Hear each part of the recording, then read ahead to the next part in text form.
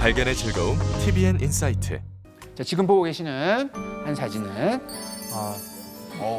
밤에 어떤 도시에서 관찰을 해보면 나올 수 있는 일상적인 모습입니다. 근데 어떤 사람은 다른 사회에서 왔다고 가정을 할게요. 그 사람은 저 광경을 보고 어떻게 말을 하냐면 왜 저렇게 도시에 무덤이 많아? 라고 이야기를 하는 거예요. 자, 서울의 지도에서 교회를 검색하면 저렇다고 합니다. 포털 사이트에 검색해보면 멀겋게 나오고 막 굉장히 많거든요.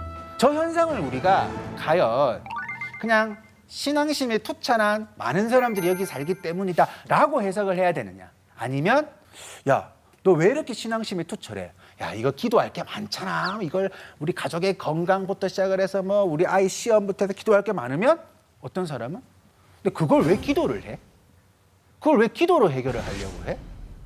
그거는 사회 시스템이 상식적으로 갖춰지면 그 사람들의 고통, 불안이 사라지는 건데, 내가 아파도 큰 돈 안 들 수 있는 의료의 공공성을 만들어 놓으면 내가 적극적으로 치료받고 다시 사회에 들어가게 되겠죠. 근데 우리 사회에서 과연 그러한가? 의료의 공공성이 없죠. 주거의 공공성이 없죠. 교육의 공공성이 없죠. 그러니까 뭔가 절박한 거예요.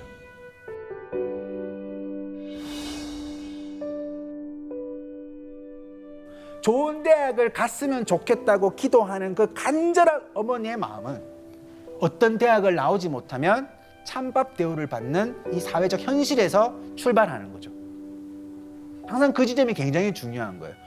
간절한 사람들의 어떤 열정이 나오는 이유는 우리 사회가 노동의 불안정성을 많이 갖고 있기 때문이에요.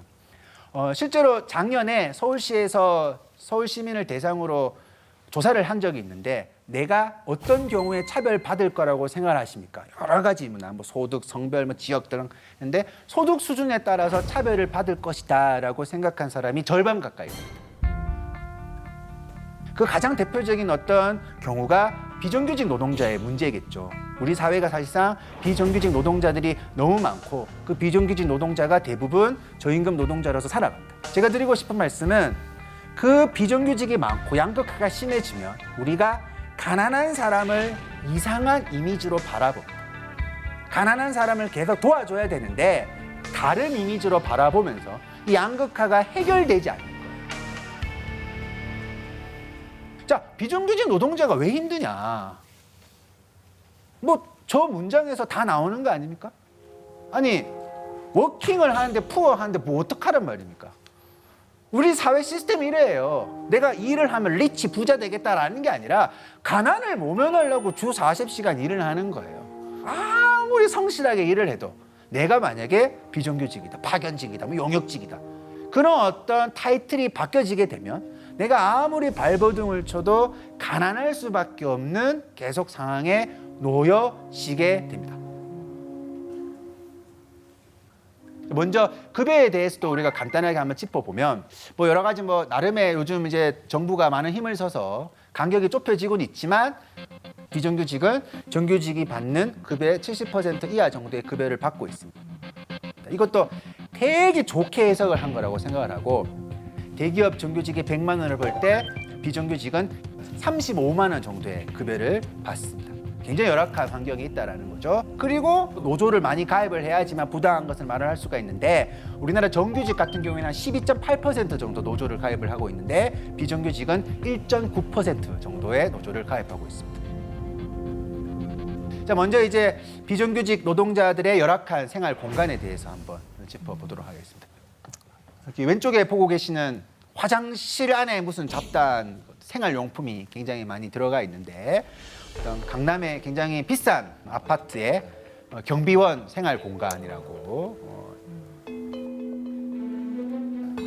그다음에 병원에 청소 노동자들이 휴식 공간을 꾸리고 있는지에 대해서 나타내고 있는 그림입니다.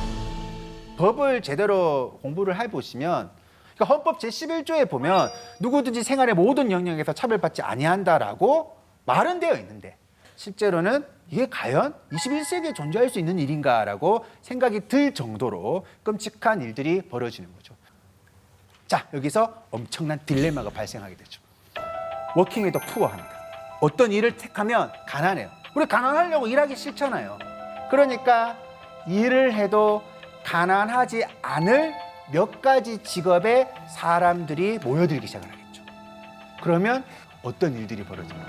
굉장히 많은 것들을 평가하기 시작을 하는 거죠. 그냥 단순히 뭐 학점 갖고와 이게 아니라 만능인이 돼야 됩니다. 만능인. 성격도 좋아야 되고 뭐 국토 대장정 몇 번 갔다 와야 되고 막 우리가 취업의 어떤 바늘구멍을 통과하기 위해서 굉장히 많은 사람들이 많은 걸 준비를 해야 됩니다. 자, 그러면 이제 어떤 일이 벌어지냐면 대학교 가서 그것만 준비해서 늦잖아요. 그러니까 굉장히 빨리 경쟁에 들어가는 거죠. 제가 이제 초등학교 A가 4학년인데 몇 년 전에 1학년 입학을 했을 때 저는 굉장히 놀랬었어요. 그러니까 뭐냐면 이제 아침에 이제 학교를 데리러 주는데 그 동네의 모든 학원이 다 와 있는 거예요. 전단지를 들고 태권도복 입은 사람도 있고 막 별의별 어쨌든 사람들이 와가지고 막 전단지를 돌리는데 나를 딱 붙잡더니 아버님 영어는 뭐 시키세요? 최 선생이 좋아요 뭐 이런 말을 하는 거예요. 그래가지고 영어를 7살, 8살 때 한다는 거를 생각을 못 했던 것 같아요. 그래가지고 아 영어요? 영어 안 하는데요? 라고 말을 하니까 어쩌다가요? 뭐 어떻게 하려고요? 그러다 큰일 나요. 그러니까 모든 사람이 다 하고 있는 거예요. 우리가 사회 구조를 바꿔나가자라고 이야기를 해야 되겠지만 실제로는 야 너 그 일 하다 큰일 난다. 또 이렇게 살다가 큰일 난다. 이 자본주의 사회에서 좋은 상품이 되기 위한 교육을 받는 거예요.